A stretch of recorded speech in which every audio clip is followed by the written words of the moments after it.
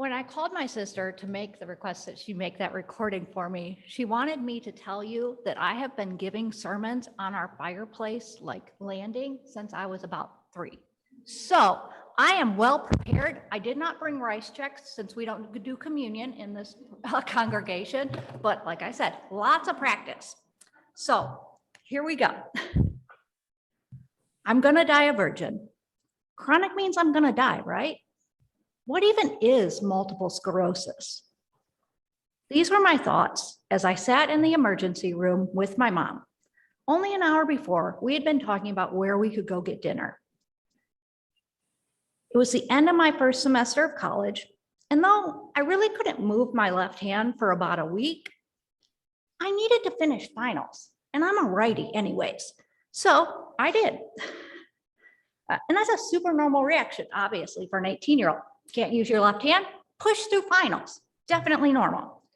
After I took my last final and packed up for winter break, I drove home to see my GP and figured my hand maybe was just like a pinched nerve from this huge multi-person move we did in my dorm a couple of weeks prior. But when I got to the doctor's office, everything was pretty standard. But after I showed him my hand, he said, yeah, I think you need to go to the ER. But again, being 18, I wasn't that worried because when you're 18, nothing can happen to you. So I drove home and told my mom, hey, we got to go to the ER. We sat around forever in the ER, but finally I was taken back to a room. The doctor arrived and examined me, asked me questions, and decided probably I should have an MRI.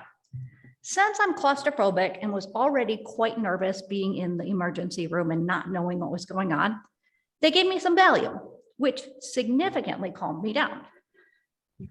After the MRI scan, it was clear that something was going on. So I was admitted, and I was nervous and worried. So what did I do? I called my friend Ben, still loopy from the Valium. Hearing his voice and whatever he said that night made me feel supported from a close friend and that everything would be okay. The next day in the hospital, I was pumped with steroids. I had a spinal tap to check for some sort of MS marker, which I don't even have. The next morning, I was released with an IV port in my left arm so that my parents could continue the steroids once I was at home. After getting home, I took a shower. I went to the movie with friends, as getting together with my friends from high school that I hadn't seen since we were all at different colleges was pretty normal, and it felt normal. And they treated me like I was normal because I just put the port under my sweatshirt. So we didn't even have to talk about it. The next day, the visiting nurse arrived. So we saw some stupid movie and that was fun. The next day, the visiting nurse arrived and was concerned because my massively overweight golden retriever wouldn't go away. And so the nurse thought that she was gonna like contaminate this IV site. However, so this golden retriever's name was Tessa. My mom said, that dog is Amy's baby and she's making sure Amy's okay. She's not gonna go anywhere. During this time, I also went to occupational therapy. I had to learn to give myself injections because that was the medication I was put on for my multiple sclerosis 3 times a week.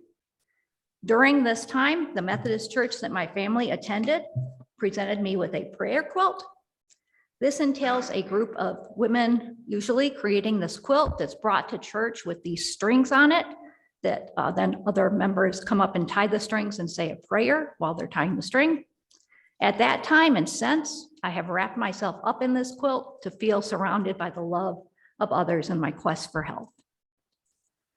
I remember that during that break, people keep asking me, hey, Amy, do you want to like take a lighter load, maybe only go half time?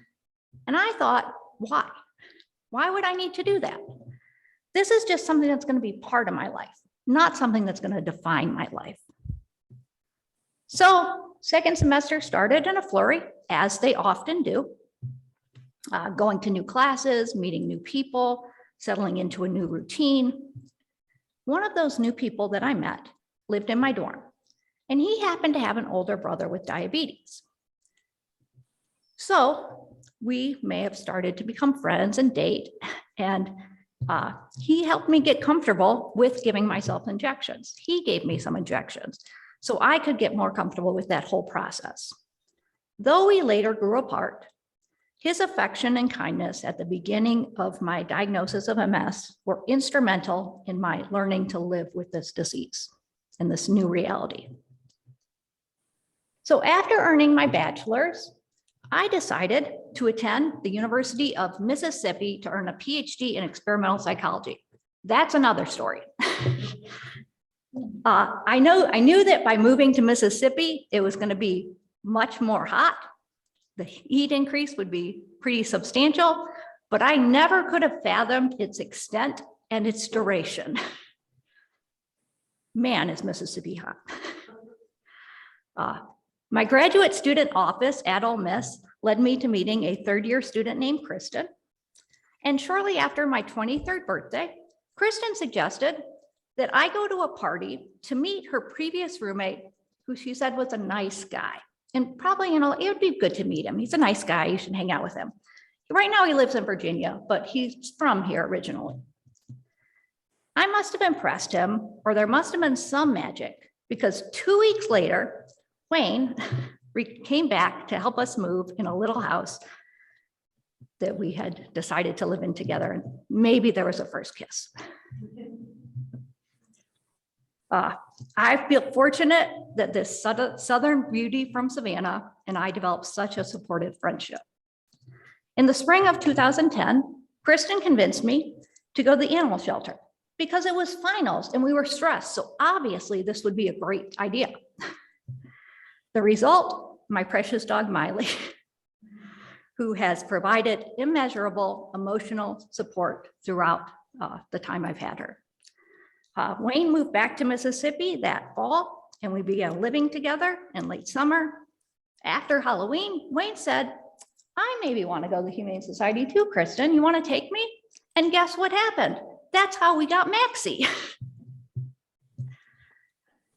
So that's kind of part of my life story going on. As well, during this time, I obviously was working in the lab, going to classes, etc.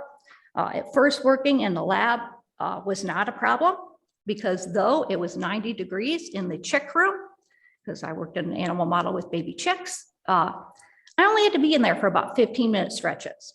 However, as we added more behavioral measures, that necessitated being in that 90-degree room for longer and longer. I attempted this, but found out that if I sit in a 90-degree room, I feel like crap afterwards, and it's pretty horrible for my MS, so maybe I should focus my task elsewhere, which is what I did. The quality and commitment of the undergraduates in the lab is what allowed me to do this, because I fully trusted in them collecting the behavioral data for both my master's and my PhD. Relying on others in the lab was never a problem, which is something I think is quite rare. But I knew those students had my back and wanted me to succeed. In the winter of 2012, MS attacked my body with a vengeance. First, IV steroids were tried with minimal impact. Then I started this new IV medication that was unfortunately not helpful. So eventually, because this is how it worked with MS, do a couple months of having issues to find something. And we did, we found an oral medication. So during this time of impairment, my Southern family and friends assisted by bringing meals or inviting us over, hanging out in a normal fashion, but just making sure I was comfortable, despite the fact that I was using a walker at the time. A funny aside for this MS breakdown is that during this time, Kristen and I and Wayne and her boyfriend, Patton, went out to dinner or something, and I told them, oh, I could go to Walmart, we could go shopping. I'll just go into one of those automatic wheelchairs. It'll be fine. We'll be good. So that's what we did. We went to Meijer after we ate, or we went to Walmart after lunch. And then I got in that automatic wheelchair, which was in theory a great idea. But what unfolded was my running into corners, shelves, and my friends. As I was healing that summer, my advisor's wife, so my graduate advisor's wife, offered me a free month of her yoga at her yoga studio, as she thought maybe that would help in my recovery. I was pretty skeptical at first because the yoga class I went to in high school was a very athletic yoga style, which was not my thing. But it was free. So I decided I'd give it a try. And how accurate Stevie was in yoga improving my loss of strength from my relapse, in addition to physical, mental, and spiritual benefits of the practice. Throughout our moves, I have found studios and continue to practice to this day at a place in Noblesville. The next few years of grad school are somewhat of a blur as I completed my comprehensive exams, taught courses, proposed, conducted, analyzed, and wrote my dissertation, applied for some 80 or so academic jobs. So pretty busy. In August 2014, I got my PhD in August 2014, had a job in Southern Iowa. So we moved to this tiny town in Iowa called Lamoni. This was the first university I worked at. If you're trying to figure out where Lamoni is, Iowans in the back corner there. It's like straight south from Des Moines. It's like the first exit when you get off the exit. You probably don't know this town because literally the grocery store was about the size of a CVS. So that's what I mean by small. Where was I? Okay, so we moved there. Then the next summer, we decided we wanted to move 25 minutes north to be closer to Des Moines, and we bought our first home. During our time in Iowa, my health held pretty steady, which was good. The one time I did need some help was when Wayne was out of town and I needed to have an MRI. So my coworker and friend Brian said, sure, I'll take you for lunch. So Brian got to experience Valium Amy in exchange for a lunch at Five Guys. Because again, there's no food in Iowa because it's so small. So how fortunate I was to have found and built yet another support system. When we moved to Indiana in 2018, I knew I needed to find another neurologist. So I asked my neurologist in Iowa, Des Moines, sorry, trying to figure out where I was at the time, in Des Moines, who I should go to. And the person that he suggested was coincidentally trained by my stepdad in medical school. So when we bought our first home in 2019, in May, my mom commented how good it was that it's a single story with a step-in shower. And even though I was in my 30s and knew I had a chronic illness, of course, again, I blew it off thinking, yeah, okay, whatever. But man, was she accurate of the utility of that.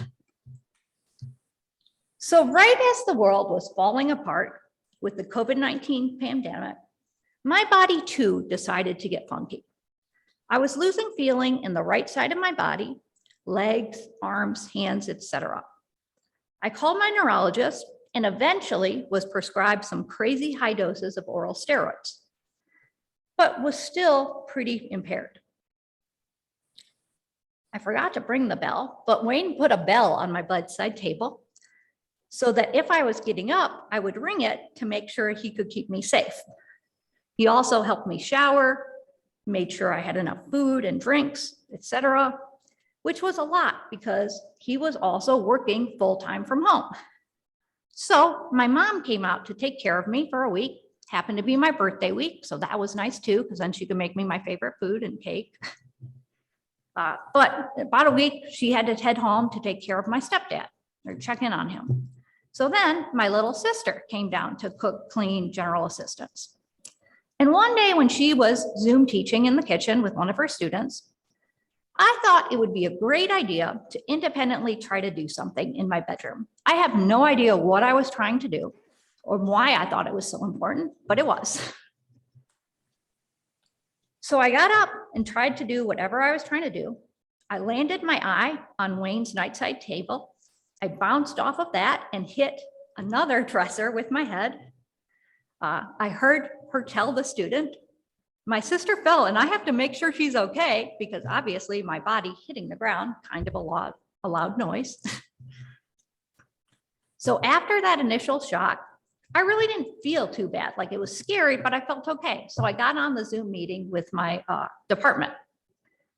However, I was starting to look bad because the black eye was coming in and I had an ice pack on that bump on my head. And partway through that meeting, my sister came in and said, yeah, Dr. Dad says you need to go to the hospital because that bump is larger than a golf ball. So I did. She drove me to the ER. I had some scans.